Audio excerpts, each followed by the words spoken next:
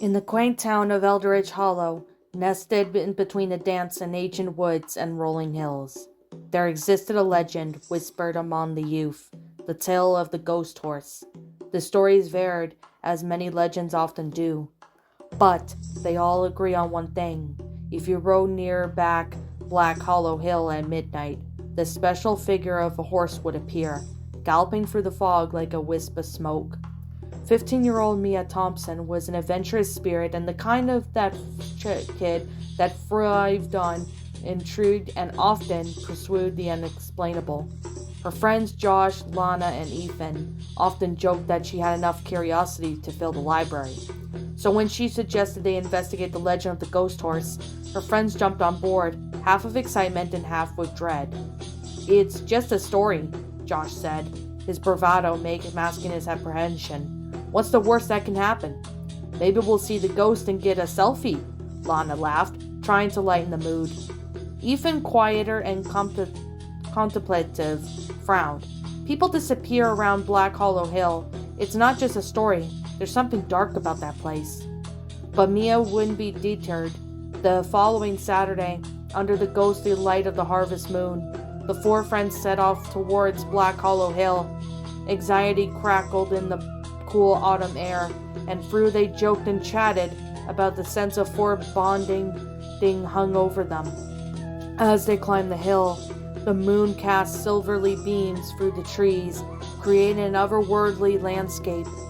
The wind whispered secrets, rustling the leaves like the audience holding its breath. They reached a clearing at the top, where the ground slopped gently downward, revealing a view of the valley below. "All right, let's see if this ghost horse is real," Mia said, her heart racing with excitement. They decided to spread out and listen carefully for the sound of hooves. The silence was apprehensive, broken only by the soft rustle of grass and the occasional hoot of an owl. Mia had heard the distant echo and laughter from her friends, momentarily comforted against the sprawling darkness. About an hour in, just as they were beginning to lose hope and wonder if the stories were indeed fabricated, a strange sound broke through the stillness. It was a soft thudding, a rhythm that sent a thrill of fear down Mia's spine. She turned to see a figure emerging from the fog, gleaming silhouette against the luminous moon.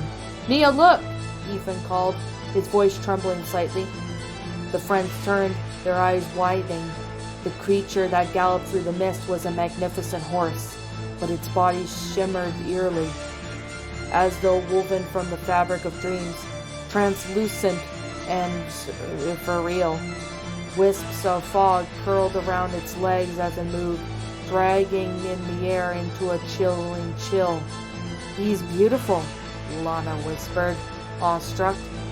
The ghost horse seemed to be recognized them, slowing to a trot as it neared. Its eyes glimmered with the otherworldly light, piercing the veil of the night.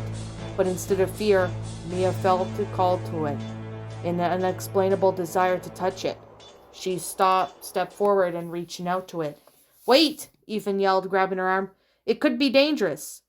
But the creature lowered its head, offering its muzzle to her. Time seemed to freeze with trembling fingers.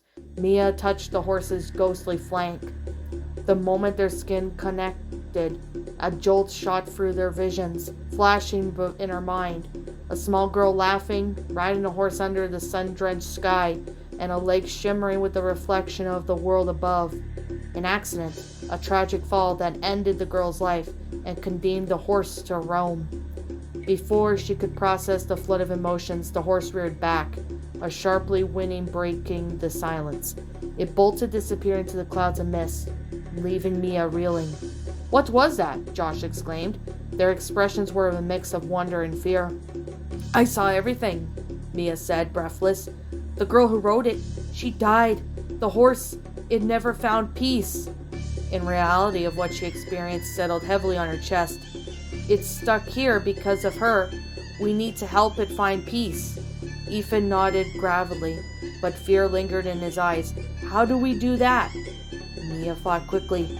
If the horse was connected to the girl, Maybe we could find out more about her. There has to be something in town. A grave? Maybe family records? Way to give them closure. The group agreed to all meet at the local library the next day. Researchers at heart, they delved deep into Eldridge Hollow archives. Hours passed, page turning, as they sifted through the histories of forgotten families. Finally, in a dusty book filled with old news clippings, they discovered the girl's name, Clara Thompson. She had tragically passed away in a riding accident on Black Hollow Hill over a century ago. Her spirit forever tethered the place. Mia's heart raced. I'm a Thompson. We have to put a memorial up there. Something to honor her. That night, under the watchful gaze of the moon, the four friends returned to Black Hollow Hill, equipped with flowers and makeshift plague. They had carved Carla's name into the wood with shaky hands, murmuring quiet apologies and promises to remember her. As they placed the flowers at the base of the sturdy oak tree, the air around them began to change. The winds picked up swirling, and with a sudden gust, the ghost horse appeared once again, the radiant smile illuminating the spiritical face. There was no fear now. Spirit was lighter, relieved. Mia felt tears pricked her eyes as she stepped back. You're free now, she whispered. The ghost horse neighed softly, then turned and galloped into the mist, the air shimmering in its wake. Within seconds it vanished, leaving all the hill quiet and serene. Mia and her friends stood there in silence, the gravity of the moment escorting them in place. Never would they forget what they had encountered that night. The ghost horse was real. The mark of tragedy transformed into liberation, forever etched into their memories. As they walked back home, they promised to share Clara's story, to keep her memory alive in Eldridge Hollow and beyond. The legend of the ghost horse would live on, but now it is woven with hope, not fear, reminding all who heard it, sometimes even lost souls, can find their way back home. What's up, my pretties? It's the Lion Queen here. I want to appreciate you all for tuning into this video, and I do appreciate you guys supporting my video by giving this video likes and stuff. If you really enjoyed this video, be sure to leave a like, comment and subscribe if you're new, ring the bell for notifications to when I upload so that way you guys will get updated for whenever I upload. If you want to follow me on Twitter or DeviantArt, feel free to leave a follow on those if you are interested in following me on those socials. If you want to support my backup channel, known as Miss Dark Shigo, feel free to subscribe to it, as a link to that will also be in the About page section.